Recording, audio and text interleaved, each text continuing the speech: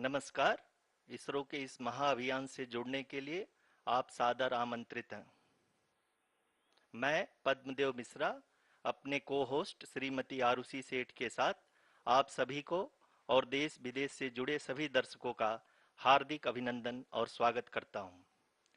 23 अगस्त 2023 आज की शाम इसरो के वैज्ञानिकों और सभी अंतरिक्ष वैज्ञानिकों के साथ लैंडर मॉड्यूल को चंद्रमा के सतह पर उतरने के ऐतिहासिक पलों को देखने के लिए तैयार और उत्सुक हैं। जी हाँ, इसरो के गौरवपूर्ण इतिहास में एक और अध्याय जुड़ने जा रहा है और आज हम सब लोग इसके साक्षी बनेंगे। आप ये सारे विजुअल्स अपने स्क्रीन पर इसरो के मिशन ऑपरेशन कॉम्प्लेक्स यानी मॉक से देख रहे हैं, जो कि बेंगलुरु में स्थित telemetry tracking and command network इस ट्रैक से प्रसारित किया जा रहा है। ये विजुअल्स आपको पावर डिसेंट के काउंटडाउन और उस पथ को प्रदर्शित कर रहा है जिस पे चलकर लैंडर आज चंद्रमा के साउथ पोल पे सेफ और सॉफ्ट लैंडिंग करेगा। आपको ध्यान दिला दूं, इस समय हम लोग पावर डिसेंट शुरू होने से लगभग 22 मिनट दूर हैं। जो दर्शक थोड़ी देर से जुड़े हैं उनकी जानकारी के लिए बता दें, आप लोग इस ऐतिहासिक पल को इसरो के ऑफिशियल वेबसाइट, फेसबुक, ट्विटर और यूट्यूब पे भी देख सकते हैं। A very good evening to all of you. We at ISRO welcome you to the live coverage of India's prestigious Chandrayaan 3 mission's landing event on the lunar surface. These are the visuals from Mission Operation Complex at ISRO's Telemetry Tracking and Command Network, ISTRAC, situated in Namma, Bengaluru, Karnataka. I, Arushi Seth, and my colleague, Dr. Padamdeo Mishra, are your hosts for the evening and shall accompany you on the journey of the landing event from powered descent start to touchdown. Today, we shall be witnessing the final phase of the critical and most technologically challenging mission operations of Chandrayaan 3, wherein the lander module will be making a safe and soft landing on the surface of the moon. These display screens show the countdown to the power descent start as well as the path that will be followed by the lander module. We are 18 minutes away from the commencement of power descent. India is at the brink of creating history as we all await with bated breath to witness the landing on Moon's south polar region.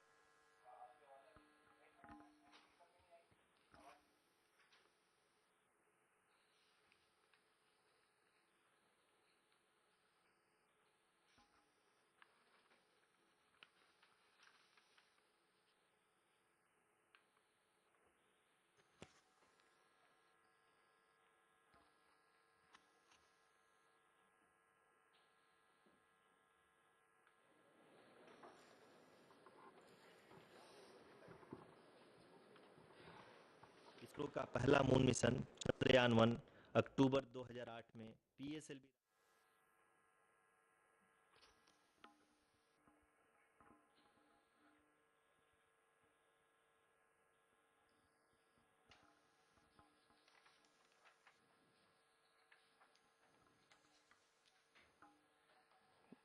धन्यवाद आरुषि।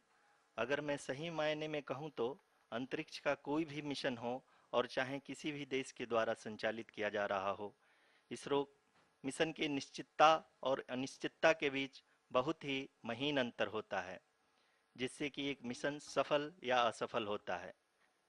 लेकिन ना हम थके ना हम हारे। हमने पिछली कमियों को सुधारते हुए आज पूरी तरह से आश्वस्त किया है कि लैंडर मॉड्यूल निश्चित तौर पे चंद्रमा के सतह पर सेफ और सॉफ्ट लैंडिंग करेगा। सभी दर्शकों के जानकारी के लिए अब हम इसरो के अब तक के सभी लूनर मिशंस को संक्षिप्त विवरण प्रस्तुत करेंगे।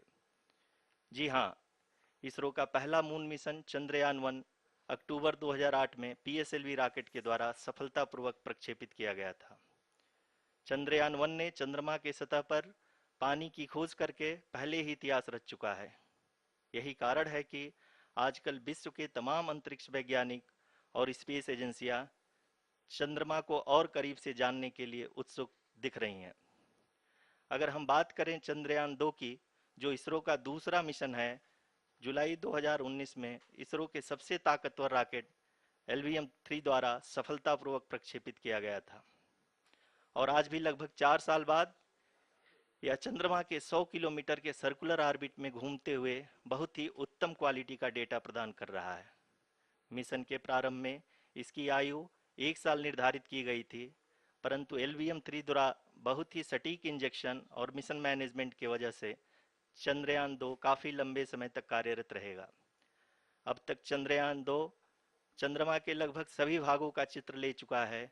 इसका एक बहुत ही महत्वपूर्ण पेलोड OHRC यानी कि ऑर्बिटर हाई रेजोल्यूशन कैमरा विश्व का सबसे बेहतरीन कैमरा है, जो कि चंद्रमा की सतह का लगातार पिक्चर भेज रहा है। अब मैं ROC जी से निवेदन करूंगा कि वो आप लोगों को इसरो के वर्तमान मिशन चंद्रयान 3 के बारे में बताएं। अभी आपने मिश्रा जी के द्वारा सुना इसरो के अब तक के लूनार मिशंस का विवरण। अब चलते हैं towards Chandrayaan 3, the follow-up mission of Chandrayaan 2, which has been designed to accomplish our mission goals. The primary objective of Chandrayaan 3 mission is the demonstration of safe and soft landing on the lunar surface. This demonstration is a critical aspect for ISRO's future interplanetary missions.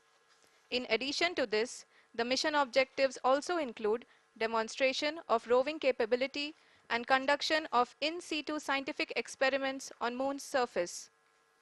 Carried on the shoulders of India's heaviest rocket LVM-3 on the 14th of July, Chandrayaan-3 was placed in the precise elliptic parking orbit of size 170 by 36,500 kilometers.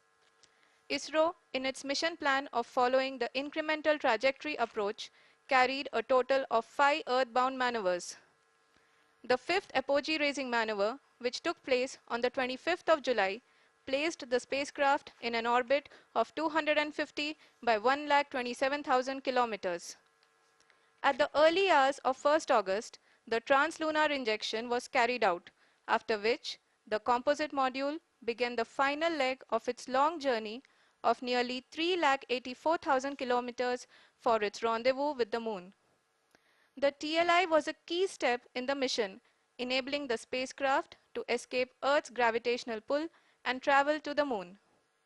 An orbit of 288 by 3,69,328 kilometers was achieved at the end of the translunar injection.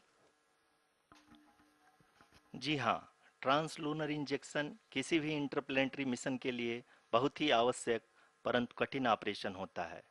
इस सफल manure के बाद चंद्रयान 3 पृथ्वी से दूर निकलकर चंद्रमा के प्रभाव क्षेत्र में एक हाइपरबोलिक ट्रेजेक्ट्री के द्वारा पहुंचाया गया। पुनः 5 अगस्त 2023 को लूनर ऑर्बिट इंसर्शन के द्वारा चंद्रयान 3 को 160 किलोमीटर के पेरिलून और 18,000 किलोमीटर के अपोलून के साथ चंद्रमा के इलिप्टिकल ऑर्बिट में स्थापित कर दिया गया। TLI के तरह LOI भी एक बहुत जटिल ऑपरेशन होता है। इसमें हमें यह ध्यान देना आवश्यक होता है कि उपग्रह के वेगमान को एक निश्चित बिंदु से घटाया जा सके, अन्यथा उपग्रह चंद्रमा के प्रभाव क्षेत्र से बाहर निकल जाएगा। LOI के सफलतापूर्वक परिचालन के बाद चंद्रयान 3 की कक्षा को 4 बार और परिवर्तित किया गया। इस दौरान चंद्रमा की अधिकतम ऊंचाई को घटाकर 160 किलोमीटर कर दिया गया। इस पूरी प्रक्रिया में प्रपल्सन मॉड्यूल का लगभग 755 किलोग्राम ईंधन का उपयोग हुआ और चंद्रयान 3 के वेगमान को लगभग 850 मीटर प्रति सेकंड कम कर दिया गया। लैंडर मॉड्यूल को लगभग 150 किलोमीटर के सर्कुलर ऑर्बिट में स्थापित करने के बाद 17 अगस्त 2023 को प्रपल्सन मॉड्यूल से अलग कर दिया गया। पुनः लैंडर मॉडल के ऑर्बिट को 2 डीबूस्ट मैन्यूवर्स के द्वारा 150 किलोमीटर के सर्कुलर ऑर्बिट से घटाकर 25 गुणे 130 किलोमीटर के एलिप्टिकल ऑर्बिट में स्थापित कर दिया गया। इस दौरान यह भी सुनिश्चित कर दिया गया कि 800 न्यूटन के चारों थ्रोटेबल थ्रस्टर्स पावर डिसेंट के समय किसी भी चुनौती का सामना कर सकें। लैंडर मॉड्यूल इस ऑर्बिट में 4 दिन तक चंद्रमा की परिक्रमा करता रहा ताकि इसके सभी सब सिस्टम को पावर डिसेंट से पहले कार्यात्मक रूप से वेरीफाई और वैलिडेट किया जा सके। इस दौरान चंद्रयान 2 और लैंडर मॉड्यूल की आपस में बातचीत भी हो चुकी है। और संक्षेप में अब तक की यात्रा की बात करें तो लैंडर मॉड्यूल अब तक 21 बार पृथ्वी के और लगभग 120 बार चंद्रमा का चक्कर लगा चुका है और इस पूरी यात्रा में लगभग 55 लाख किलोमीटर की यात्रा भी पूरी कर चुका है। अब तक के इस पूरे अभियान में यह भी सुनिश्चित किया गया कि सारे ऑर्बिट मैन्यूअर्स इस प्रकार किए जाएं कि लैंडिंग साइट पावर डिसेंट की शुरुआत से ही लैंडर के ऑर्बिटल प्लेन में बना रहे।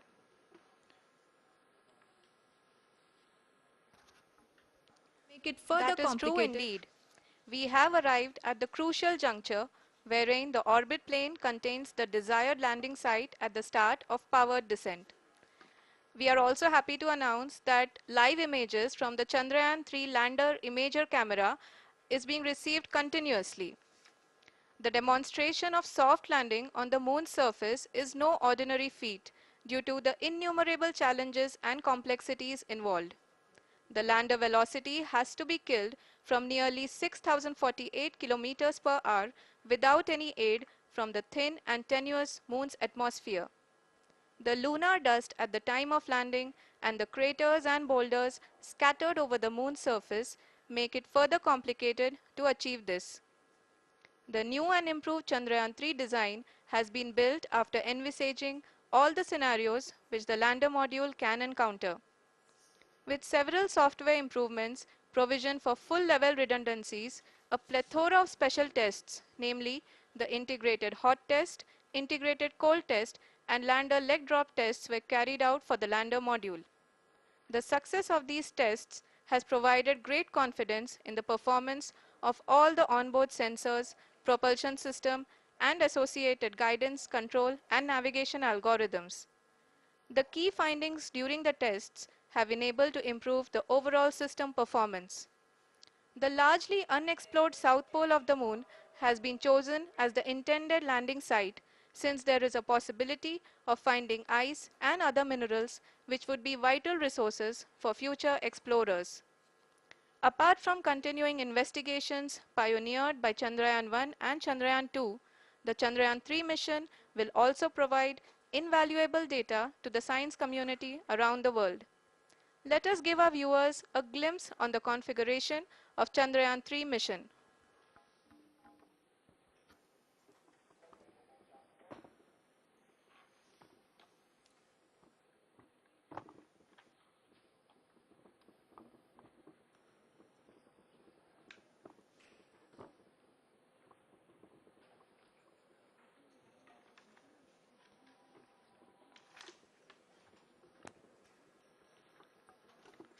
चंद्रयान 3 का मिशन प्लान लगभग लगभग चंद्रयान 2 के तरह ही बनाया गया है। यहाँ यह भी सुनिश्चित किया गया है कि चंद्रयान 3 को रॉकेट से अलग होने से लेकर के चंद्रमा के निकटतम कक्षा में स्थापित होने तक सारी गतिविधियां चंद्रयान 2 के तरह ही हों। और अब हम यह कह सकते हैं कि यह प्लान पूरी तरह से 100% सफल रहा। हालांकि लैंडर मॉड्यूल के सेंसर्स और propulsion सिस्टम को इस तरह से मजबूत किया गया है कि लैंडर पावर डिसेंट के समय किसी भी आपदा से बाहर आकर के मिशन के मुख्य उद्देश्य को पूरा कर सके। इस क्रम में लैंडर के मुख्य सेंसर्स कारा, लासा, एलएचबीसी, एलडीवी और एलएचडैक का कार्यात्मक परीक्षण भी किया जा चुका है। एलडीवी, जो कि पूर्णतः स्वदेशी तकनीकी से बनाया गया एक नया सेंसर है, इसका मुख्य कार्य लैंडर के वेलोसिटी को तीनों अक्षों में कंप्यूट करना है। पावर डिसेंट के दौरान लैंडर के सटीक पोजीशन और वेलोसिटी का ज्ञान होना बहुत ही आवश्यक है। लिराप यानी laser inertial referencing and accelerometer package इस कार्य को पावर डिसेंट के दौरान बखूबी निभाएगा। ट्रजेक्ट्री जनरेशन, जो कि चंद्रयान 3 मिशन के लिए बहुत ही अहम है, क्योंकि हर ऑर्बिट मैन्यूवर के बाद यह सुनिश्चित किया जाता है कि लैंडर की मिशन ऑब्जेक्टिव को ना बदले। इस क्रम में मैं यह भी आपको बता दूं कि ऑर्बिट डिटर्मिनेशन, जो कि उपग्रह के पोजीशन और वेलोसिटी को बहुत ही एक्यूरेटली बताता है, एक बहुत ही कठिन और जटिल कंप्यूटेशन और एस्टिमेशन होता है। यहाँ यह भी जानना महत्वपूर्ण है कि चंद्रयान 2 का OHRC पेलोड अब तक काफ़ी ऊंचे स्तर का डैम प्रदान किया है, जिसके फलस्वरूप लैंडिंग साइट के सीमा को बढ़ाकर 4x2.4 किलोमीटर कर दिया गया है, जो कि पावर डिसेंट के दौरान सॉफ्ट लैंडिंग कराने में काफ़ी सहायक सिद्ध होगा। Apart from the sensors, Chandrayaan 3 is equipped with a suite of sophisticated payload instruments. While Chandrayaan 1 and Chandrayaan 2 orbiter have provided abundant remote sensing data of Moon, equally important are the on-site localized measurements that provide ground truths. Lander and rover have payloads which are completely new and will perform in situ analysis of lunar surface. The two spectroscopes on rover, APXS and LIBS, will actively measure the surface elemental abundances at the landing location and surrounding area. The lander carries a seismometer ILSA that can sense impact events and lunar quakes. The thermal probe CHAST will measure the temperature profile and thermal conductivity of Moon's regolith. The Rambha payload will carry out lunar ionosphere studies, while the laser retroreflector array shall be a passive location indicator for future spacecraft equipped with laser altimeter. The propulsion module has not been left behind, and an experimental shape payload has been added to it as a value addition. It will help in understanding the nature and characteristics of water-rich planets and will also aid in the future study of potentially habitable exoplanets. We are minutes away from the start of powered descent. The entire powered descent shall be carried out by the onboard autonomous landing sequencer, or ALS, which is a series of instructions preloaded to the lander module. These instructions include the commands to be executed, data to be collected and analyzed, and decisions to be made and executed autonomously throughout the powered descent.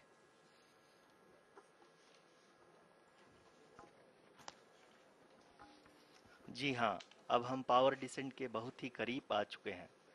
हम आपको बताते चलें कि power descent को कुल 4 चरणों में बांटा गया है। सबसे पहले आता है रफ ब्रेकिंग फेज, जिसमें लैंडर की ऊंचाई को चंद्रमा की सतह से 30 किलोमीटर से घटाकर 7.4 किलोमीटर कर दिया जाएगा। इस पूरी प्रक्रिया को पूरा करने में लगभग 11.5 मिनट लगेगा और इसका समानांतर वेग 1680 मीटर प्रति सेकंड से घटाकर 358 मीटर प्रति सेकंड हो जाएगा। We have continuous flow of lander telemetry data from ISRO's Deep Space Network IDSN-32 located in Belalu, Bengaluru. The data is being acquired real-time by station and is flown to the Mission Operation Complex through our communication links. In addition to it, we also have support from ESA and JPL DSN stations. There will be no ground intervention once the ALS takes charge. The preparation for today's event had started 48 hours before, wherein various pre-selections and uplinking of parameters for the autonomous landing sequence were carried out. The whole descent is divided into 4 phases: the rough braking phase, the attitude hold phase, fine braking phase, and the local navigation phase or the terminal descent phase.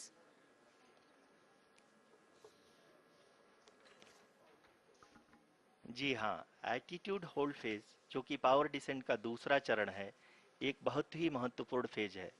इस 10 second के small duration के दौरान lander के दो महत्वपूर्ण sensor कारा और Lasa lander की ऊंचाई की गणना करेंगे। इस फेज के पूरा होते ही लैंडर चंद्रमा के सतह से कुल 6.8 किलोमीटर की ऊंचाई पर होगा। During the rough braking phase, the lander velocity shall be brought down from 1680 meters per second to 358 meters per second. The altitude will be brought down from 30 kilometers to 7.4 kilometers at the end of rough braking.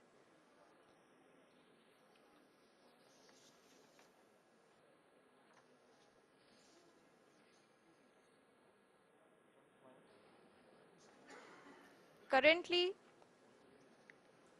we can see the scientists are analyzing the lander data.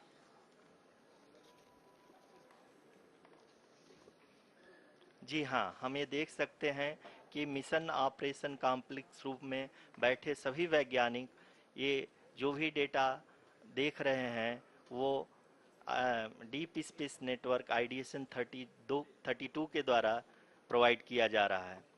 और अगर हम अब बात करें power descent के तीसरे चरण का, जो कि फाइन ब्रेकिंग फेज होगा, जिसमें लैंडिंग साइट से जस्ट 800 मीटर की ऊंचाई पर वर्टिकली होगा। इस चरण को पूरा होने में लगभग 3 मिनट लगेंगे और इस चरण के पूरा होते ही लैंडर की वेलोसिटी लगभग लगभग शून्य हो जाएगी।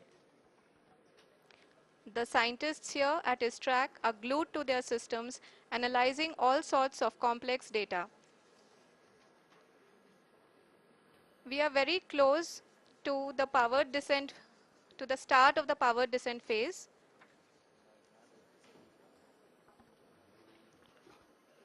जी हाँ, अगर अगर अगर हम अब बात करें पावर डिसेंट के चौथे और अंतिम चरण का, जो कि लोकल नेविगेशन फेज या टर्मिनल डिसेंट फेज भी कहा जाता है, इस दौरान लैंडर के दो इंजन बंद कर दिए जाएंगे और लैंडर के सेंसरों द्वारा इसके हाइट और वेलोसिटी की गणना इनर्शियल नेविगेशन को भेज दिया जाएगा। इस दौरान लैंडर 150 मीटर की ऊंचाई को प्राप्त करने के बाद कुल 131 सेकंड लगाएगा। इस पड़ाव पे आने के बाद पुनः लैंडर 22 सेकंड के लिए हॉवरिंग करेगा।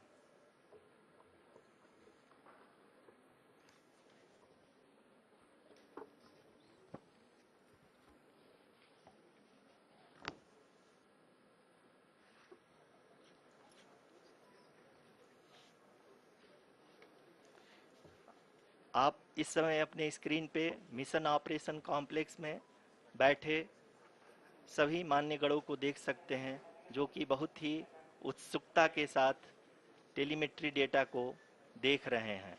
अभी हम लोग पावर डिसेंट शुरू होने से जस्ट कुछ ही पल दूर हैं।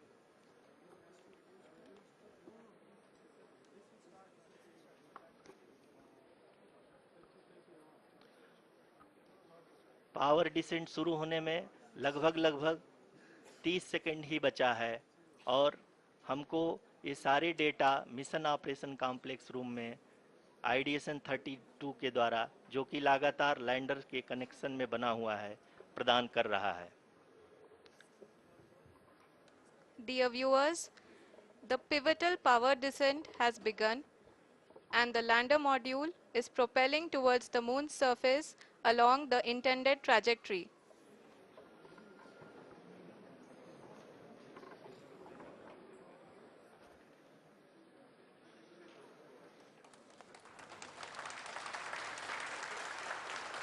जी हाँ, अब देख सकते हैं रफ ब्रेकिंग फेज की शुरुआत हो चुकी है।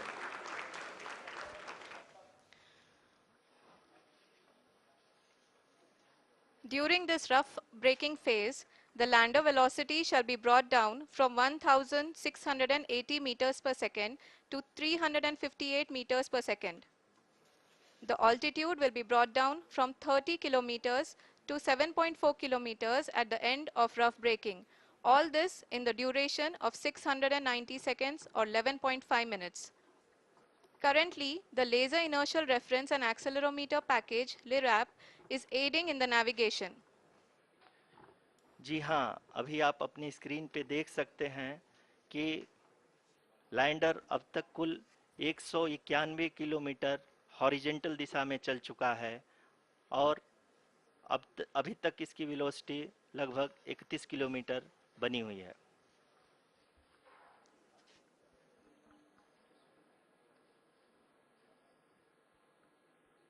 The lander module has traveled a distance of approximately 228 kilometers. The complete downrange that will be traveled during this phase shall be nearly 713.5 kilometers.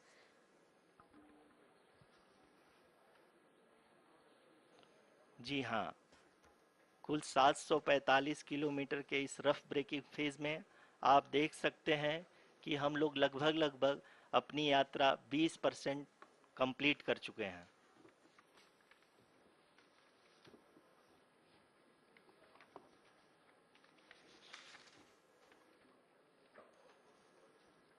Power descent की यह शुरुआत हम कह सकते हैं कि बहुत ही सटीक और सधी हुई है, जिसमें लैंडर अपने वेगमान को अनुमानित तरीके से घटा रहा है।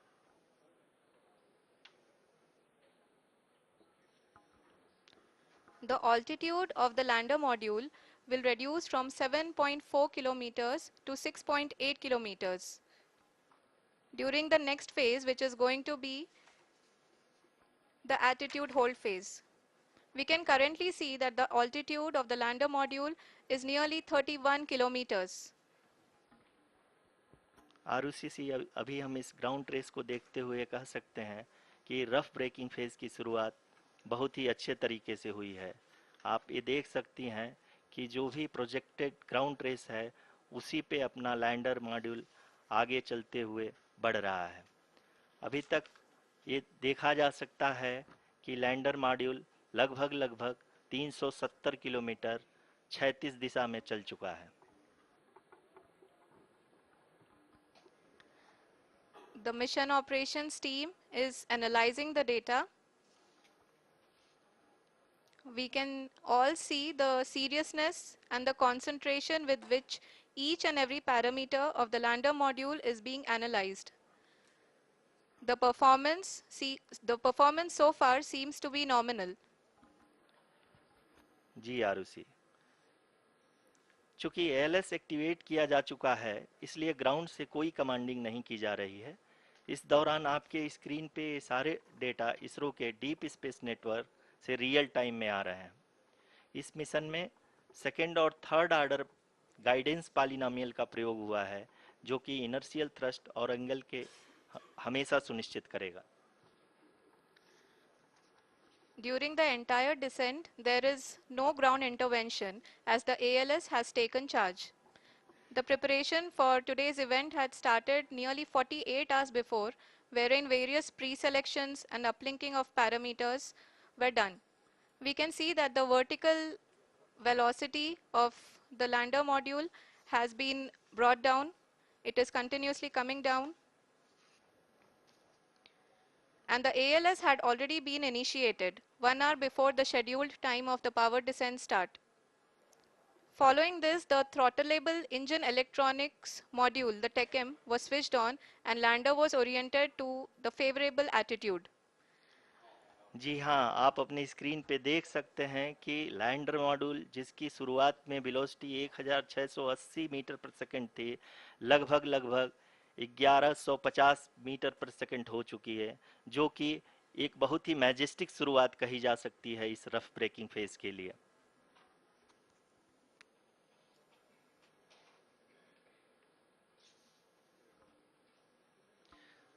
यहाँ पे मैं आपको ये भी बताते चलूँ कि आप अपने स्क्रीन पे देख सकते हैं कि द लैंडर मॉड्यूल का आल्टीट्यूड धीरे धीरे अब कम होता हुआ दिख रहा है, और जो कि एक्सपेक्टेड भी है। अभी हम बात करें करंट आल्टीट्यूड की, तो जो कि 28.6 किलोमीटर के आसपास है।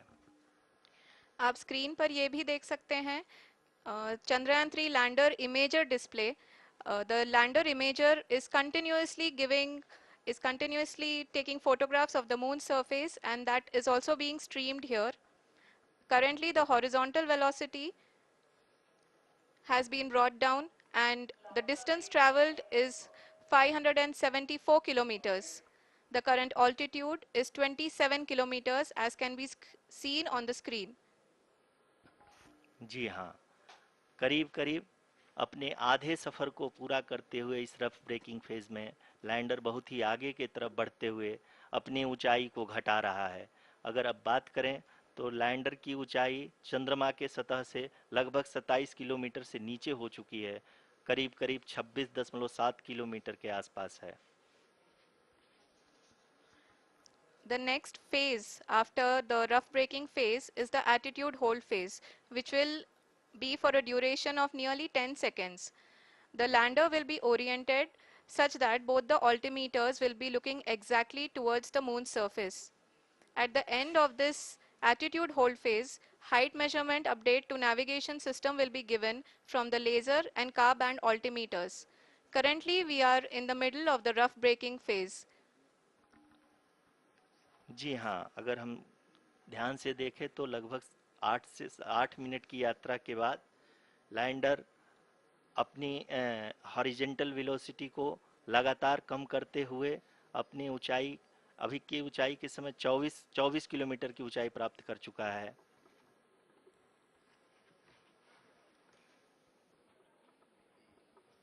अब तक के आंकड़े को देखते हुए हम कह सकते हैं कि लैंडिंग पूरी तरह से नॉमिनल है।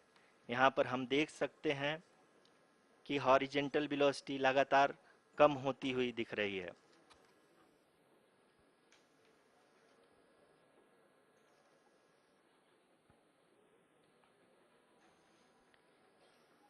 The altitude of lander from ground is currently 12 kilometer, is currently 22 kilometer, which is again going to be coming down, and that is expected. For the viewers who have joined now, we are in the power descent phase, and we are in the rough braking phase, which is the first phase of the power descent. We have currently traveled a downrange of 697 kilometers, and the downrange that has to be traveled during this phase is 713.5 kilometers. जी हाँ, अभी आप देख सकते हैं कि lander की horizontal velocity लगभग लगभग 720 मीटर प्रति सेकंड हो गई है। लगभग लगभग हम ये कह सकते हैं कि 900 मीटर प्रति सेकंड वेलोसिटी को कम किया जा चुका है।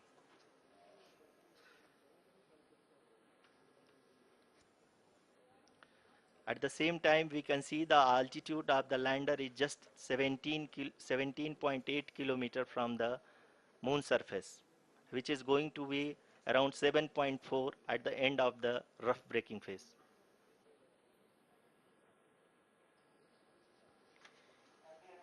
इस फेज के बाद हम जाएंगे towards the attitude hold phase, where we will be expecting sensor update from the laser and car band altimeters.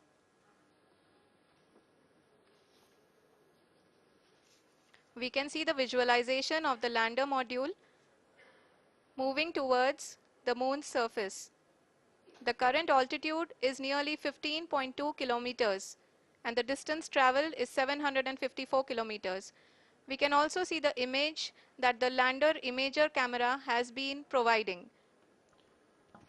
जी हाँ, इस रफ ब्रेकिंग फेज के दौरान 800 न्यूटन के चारों थ्रोटल इंजन अपने कार्य को पूरी तरह से अंजाम दे रहे हैं और लैंडर के हॉरिजॉन्टल वेलोसिटी को लगातार कम कर रहे हैं। अब तक लैंडर लगभग लगभग अपने 75 से 80% की यात्रा को पूरा कर चुका है।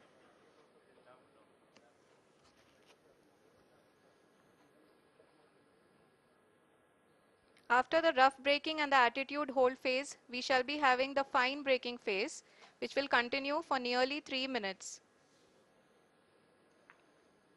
The whole phase is being driven by the autonomous landing sequencer, and there is no intervention from ground.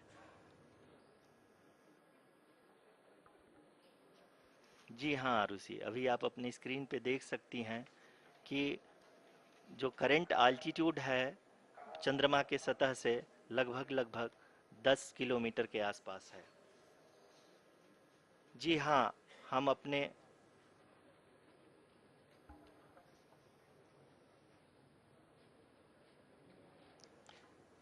जी हाँ, हमारे प्रधानमंत्री जी श्री नरेंद्र मोदी जी हम सभी का उत्साहवर्धन करने के लिए दक्षिणी अफ्रीका के जोहानसबर्ग से जुड़ गए हैं।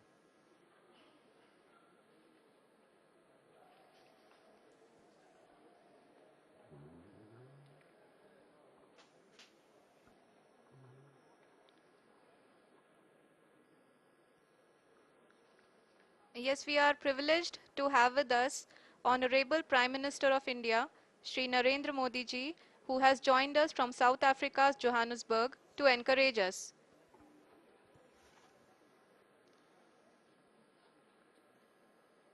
जी देख सकते हैं एल्टीट्यूड होल्ड फेस भी बहुत ही आसानी से लैंडर फेस ने पार कर लिया है और अब फाइन ब्रेकिंग की शुरुआत हो चुकी है। अभी हम ये देख सकते हैं कि लैंडर की ऊंचाई लगभग 5.6 किलोमीटर है, जो कि इस फेज के उपरांत लगभग लगभग 800 मीटर हो जाएगी।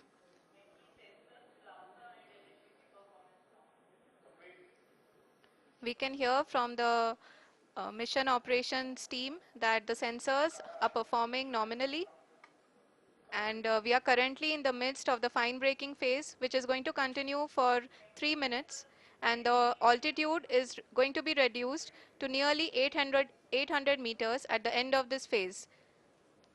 जी हाँ, जैसा कि आरुषि जी ने बताया कि लगभग 3 मिनट के उपरांत लैंडर की हाइट लगभग 800 मीटर वर्टिकली होगी, और यहाँ पे लैंडर की horizontal velocity, vertical velocity, even down range भी लगभग लगभग शून्य होगा। We can see the visual of the lander module, and we can see that the downrange traveled is nearly 831 kilometers.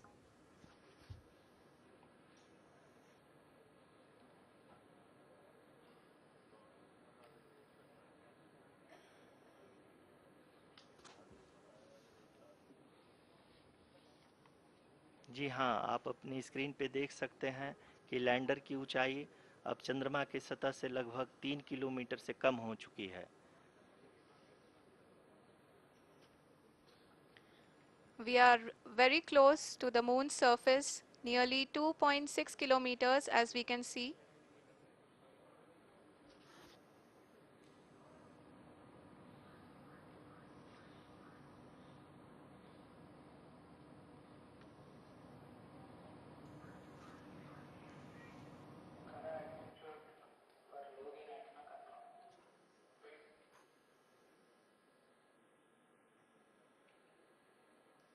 जी हाँ, अभी आप देख सकते हैं कि लैंडर की ऊंचाई लगभग लगभग 1 किलोमीटर के आसपास है।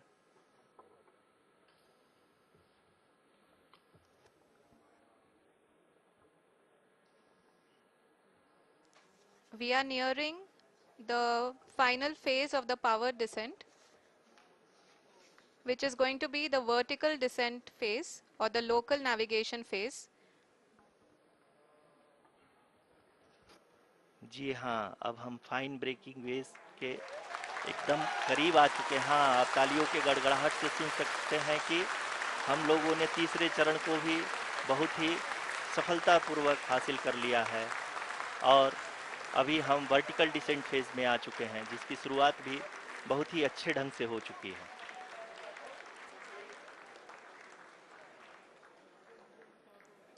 Lot of applause indicates that till now the performance has been nominal. We are in the vertical descent phase 1. The altitude is being brought down from 800 meters, and we are nearing and approaching the lunar surface. जी, आप अपने screen पे देख सकते हैं कि lander का height लगातार कम होता जा रहा है। इस समय हम लैंडिंग साइट के जस्ट ऊपर हैं, और इस समय इसकी ऊंचाई लगभग लगभग 600 मीटर के आसपास है। इस फेज के दौरान लगभग 150 मीटर के ऊंचाई पे पहुंचने के बाद लैंडर अगेन लगभग 20 से 22 सेकंड के लिए हॉवरिंग करेगा। We are above the landing site. The horizontal as well as the vertical velocity is now being constantly reduced, and the lander module has begun its descent towards the landing site.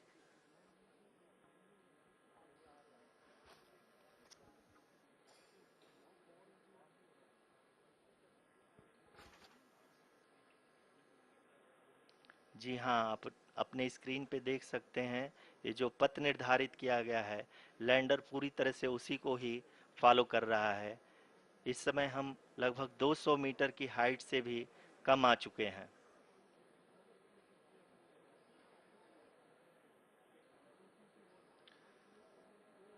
अब हम ये देख सकते हैं कि हम लगभग लगभग 150 मीटर की ऊंचाई पे हैं चंद्रमा के सतह से।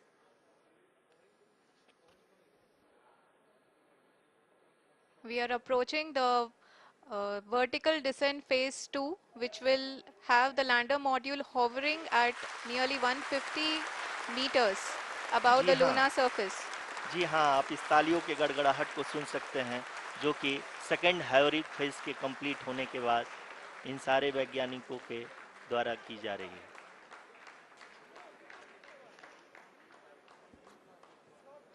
जी हाँ, आप अगर फिर से ध्यान से देखें तो एल्टीट्यूड पुनः कम होता जा रहा है। अभी हम लोग लगभग लगभग 135 मीटर की ऊंचाई पे हैं। The sensors that are updating at this point are providing confirmation of the safety of the landing site. As expected, the retargeting is going on, and this is a very good signature for the lander. अभी आप ये देख सकते हैं कि lander की ऊंचाई लगभग 65 मीटर के आसपास बची हुई है।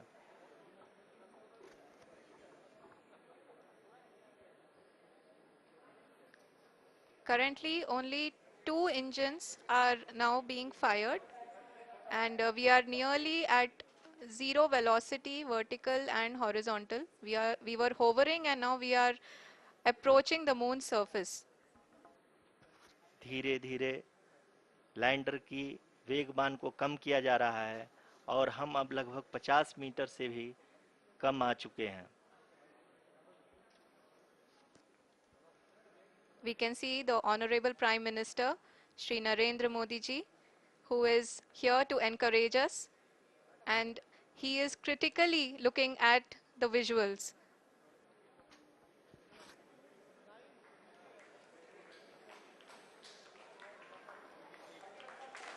जी हाँ, आप अपने स्क्रीन पे देख सकते हैं कि हम lander module People are applauding. Let lander us all module wait to hear from the Secretary Department of Space and Chairman ISRO, Shri S. Somnath.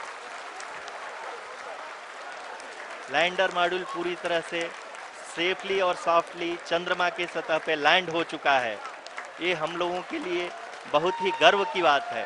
Hindi में एक कहावत है कि चंदा मामा दूर के, लेकिन अब हम ये कह सकते हैं कि चंदा मामा अपने घर के। बहुत ही उम्दा. The hard work of the entire ISRO community has come to fruition.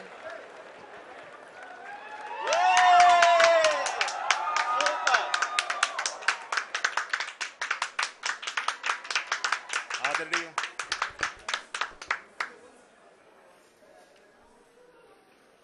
आदरणीय प्रधानमंत्री जी, नमस्कार। Sir, we have achieved soft landing on the moon. India is on the moon. Sir, I request our Honorable Prime Minister to address us and bless us. Thank you, sir.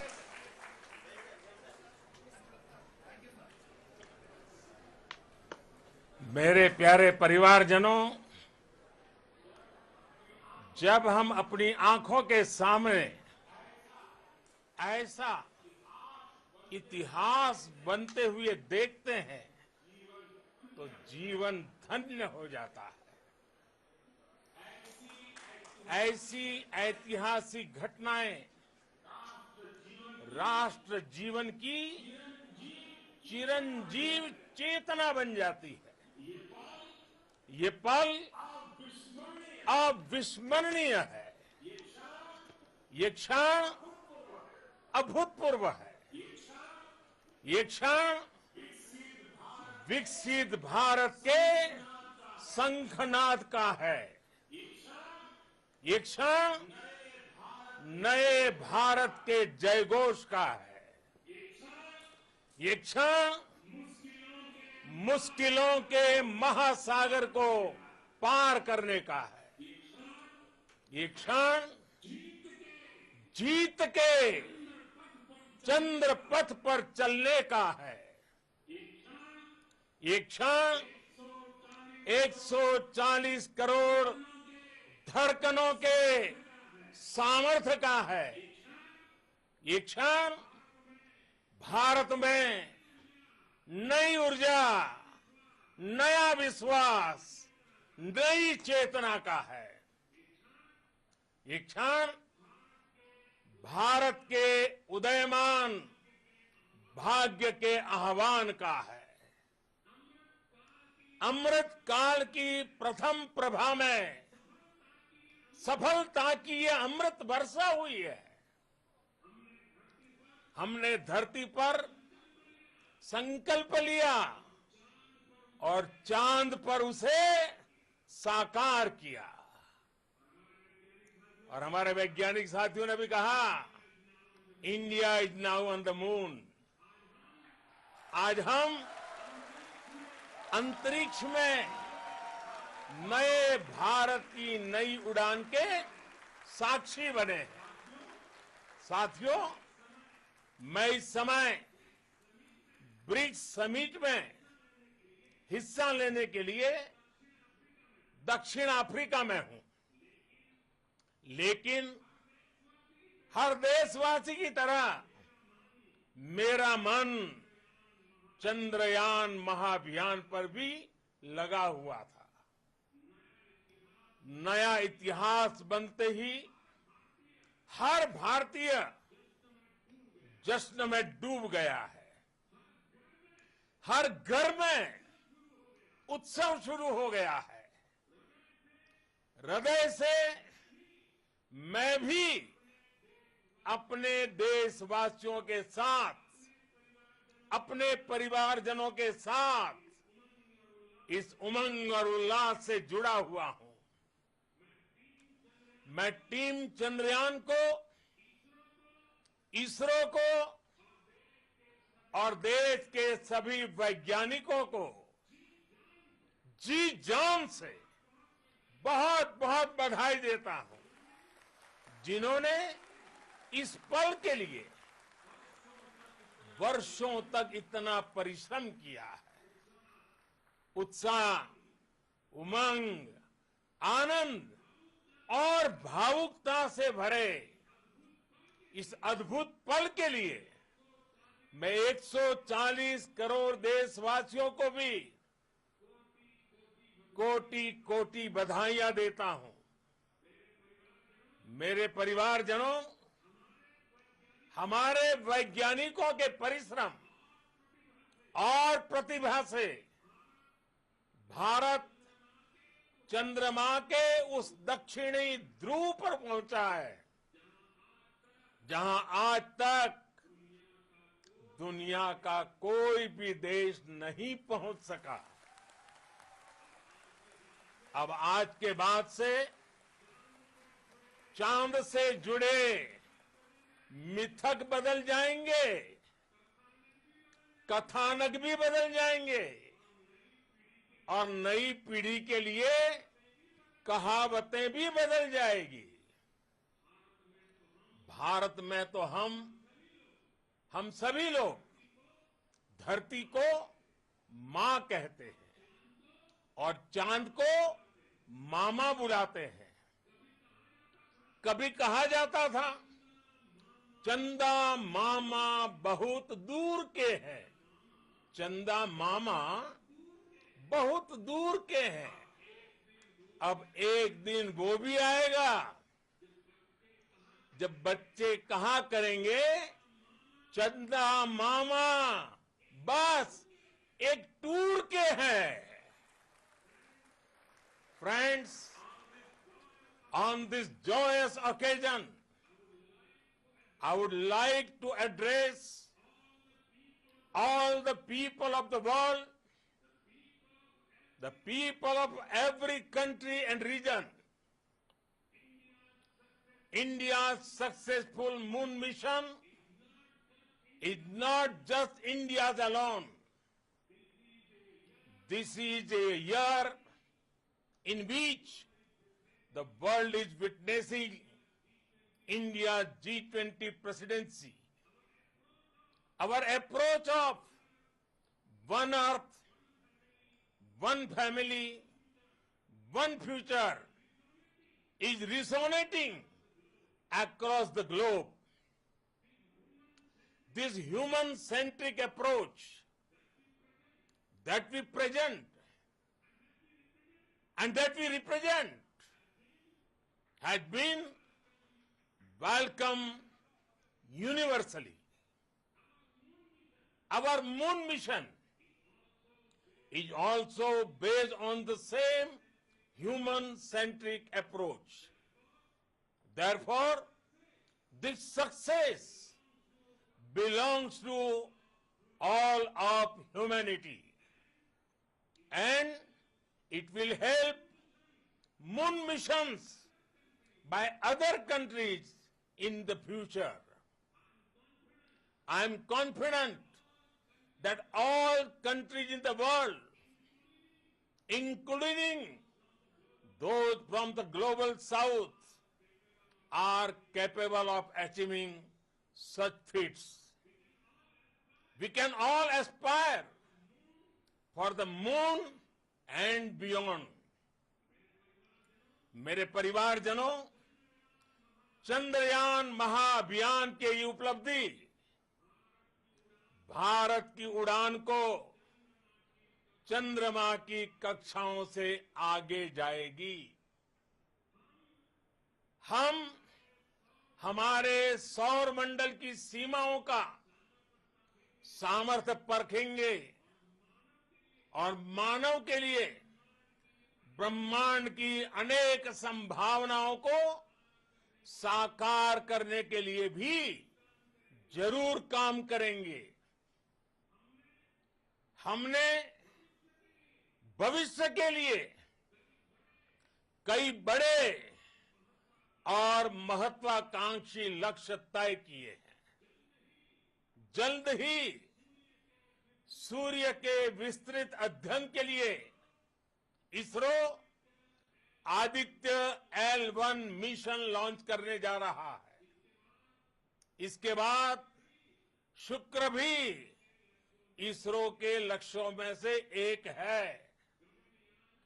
Gaganyaan के जरिए देश अपने पहले human space flight mission के लिए भी पूरी तैयारी के साथ जुटा है। भारत बार बार ये साबित कर रहा है कि sky is not the limit. साथियों, साइंस और टेक्नोलॉजी देश के उज्जवल भविष्य का आधार है। इसलिए आज के इस दिन को देश हमेशा हमेशा के लिए याद रखेगा। यह दिन हम सभी को एक उज्जवल भविष्य की ओर बढ़ने के लिए प्रेरित करेगा। ये दिन हमें अपने संकल्पों की सिद्धि का रास्ता दिखाएगा। ये दिन इस बात का प्रतीक है कि हार से सबक लेकर जीत कैसे हासिल की जाती है। एक बार फिर देश के सभी वैज्ञानिकों को बहुत बहुत बधाई और भविष्य के मिशन के लिए ढेरों शुभकामनाएं। बहुत बहुत धन्यवाद।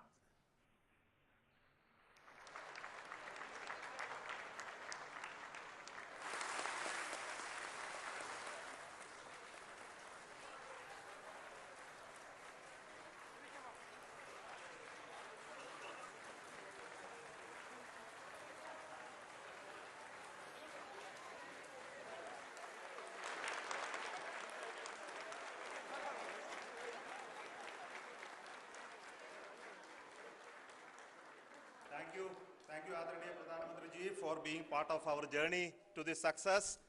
And let me take this opportunity to thank the people behind this mission. The project director of Chandrayaan 3, he is here. Veera Muthuvel, congratulations to you. The associate project director, Kalpana, and the mission operations director,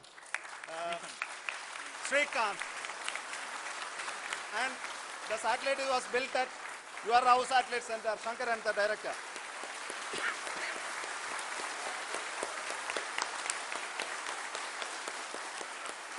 Thank you, sir. Hello.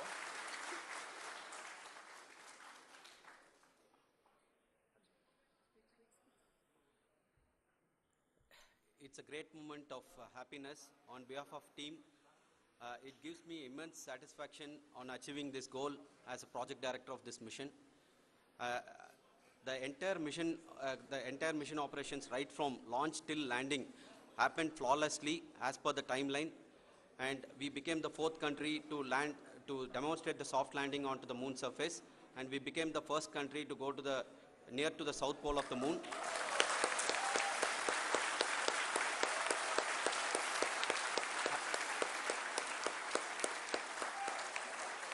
I take this opportunity to thank navigation, guidance and control team, propulsion team, sensors team and all the mainframe subsystems team who have brought success to this mission.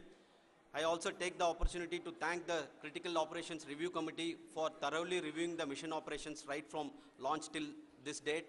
The target was on spot because of the review process. I also thank the ISRO higher management, right from Chairman ISRO, Director URSC and all the center directors and higher ISRO officials. And finally, my thanks to the Chandrayaan 3 project executives spread across the ISRO centers. Thank you.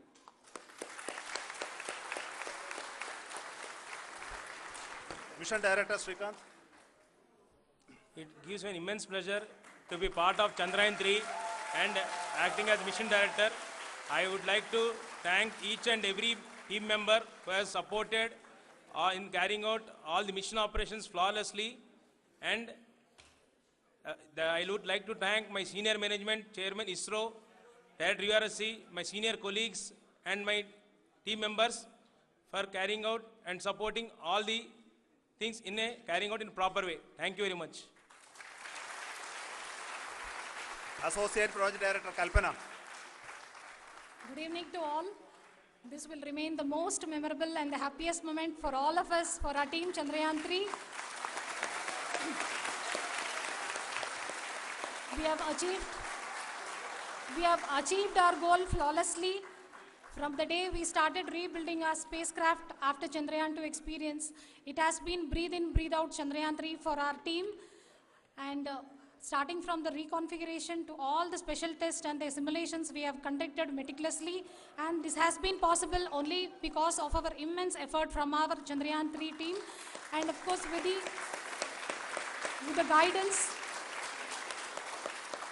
the guidance from our Chairman ISRO, our directors and all our experts.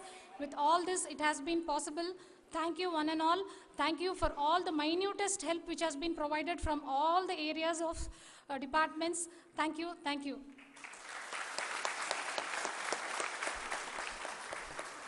Now, Chandrayaan 3 is a result of the work done by thousands of scientists, engineers, our staff and industries and support team across ISRO and other places, other institutions.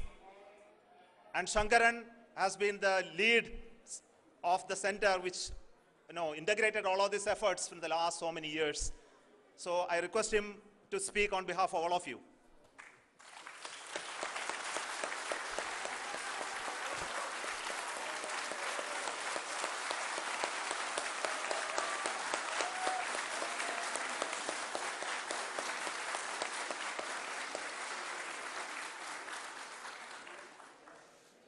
Thank you very much for the affection that has been displayed today now. Today, we have achieved what we set out to achieve in 2019. It was delayed by about 4 years, but we have done it. When Chandrayaan 3 was launched, after the separation of the spacecraft from launch vehicle, I said, I will speak the rest of the things after the soft landing. So here I will take a couple of minutes to tell the tremendous amount of effort that has been put in by the entire project team. When I say project team, it is not just only the project director and associate project director. Of course, they are the face of the project. They have been living, sleeping, eating, breathing Chandrayaan for the last 4 years. They have been supported by such a large number of people, particularly in the navigation, guidance and control area, propulsion system. This area the amount of effort that has been put by people, the number of simulations that have been done, the number of reviews they have gone through, the amount of criticism they faced and overcome that.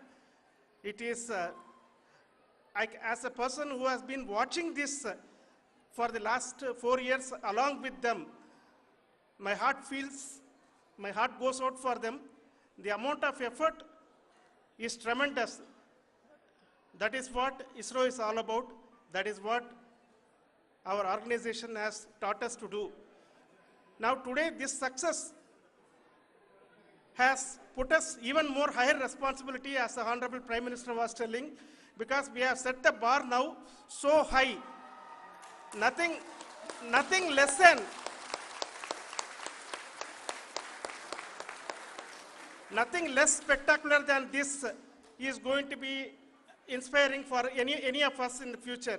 So as the Honorable Prime Minister mentioned, we will be now looking at putting the man in space, putting a spacecraft around Venus and landing a craft in Mars.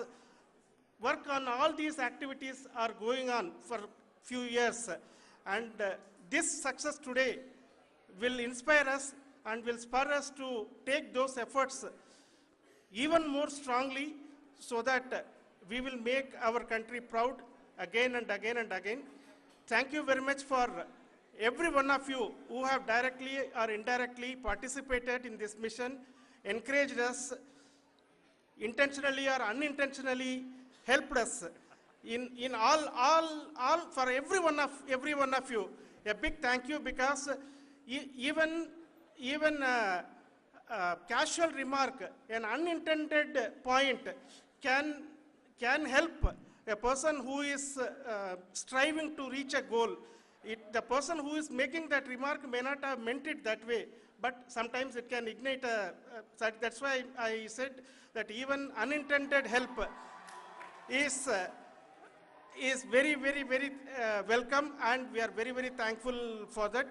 Thank you, Team ISRO, for supporting all of us. The amount of affection we received when this mission came into this final stage, the number of people who gave us confidence that nothing can go wrong and this is going to be successful.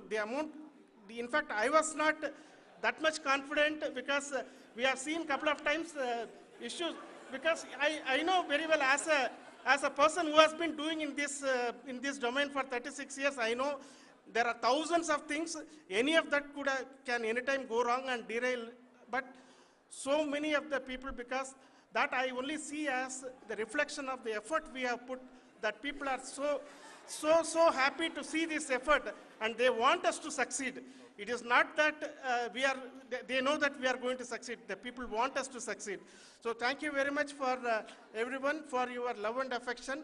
We will continue to do our best and make our flag fly, ISRO's as well as India's flag fly high. Thank you very much.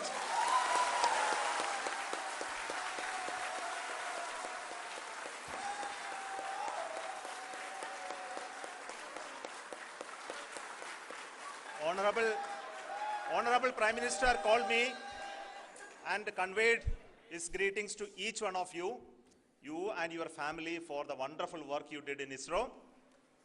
So thanks are to him for the support that he is giving to us for missions like Chandrayaan 3 and the missions that are in the offing. I think that's a great word of comfort that we are receiving for pursuing the inspirational work that we are doing for the nation. I want to tell you, and I want to thank you also for each and everyone who prayed with us in the last many days, who wanted this success to happen in ISRO. I thank all those people all around the country and maybe beyond the country for their blessings and wishes and affection that he has given to each one of us for doing this work for the last so many years. I want to specifically thank some senior people who have been standing with us, especially the name of Kiran Kumar sir and Mr. Kamalakar, Sri Koteshwar Rao. They have been helping so much.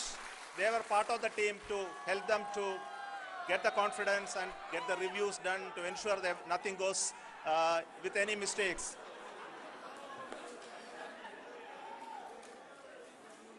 And of course, this is not the work of us alone. This is a work of a generation of ISRO leadership and ISRO scientists.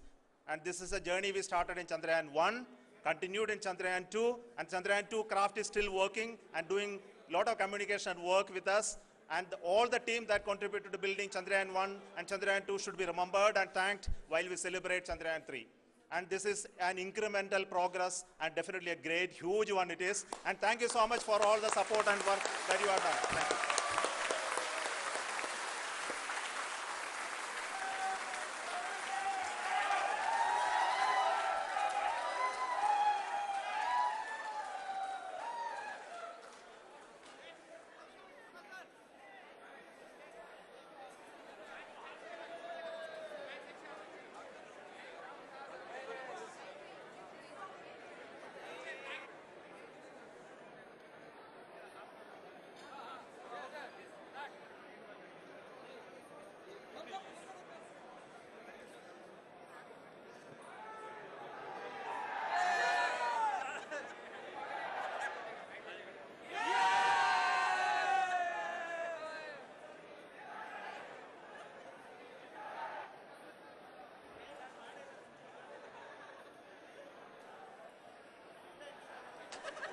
Thank you. Thank you.